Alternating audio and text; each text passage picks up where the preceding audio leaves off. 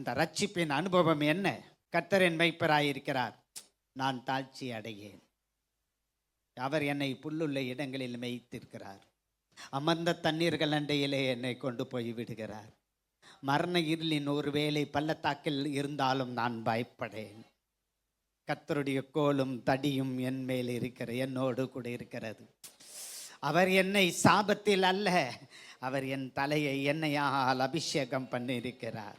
நீ என்னுடையவன், நீ உலகத்துக்குரியவன் அல்ல, நீ என்னுடையவன். நான் உன்னை பெயர் சொல்லி அழைத்திருக்கிறேன், நான் உன்னை மீட்டிருக்கிறேன், நான் உனக்கு சொந்தமாய் என்னை வைத்திருக்கிறேன். நீ என்னுடைய பிள்ளை, நீ என்னுடைய பிள்ளை. கர்த்தர் என்னை நீதிமானாக அழைத்திருக்கிறார், என்னை பரிசுத்தவானாக அழைத்திருக்கிறார், என்னை ஆவிக்குரியவனாக அழைத்திருக்கிறார், அவருடைய மனவாட்டியாக என்னை நியமனம் செய்திருக்கிறார்.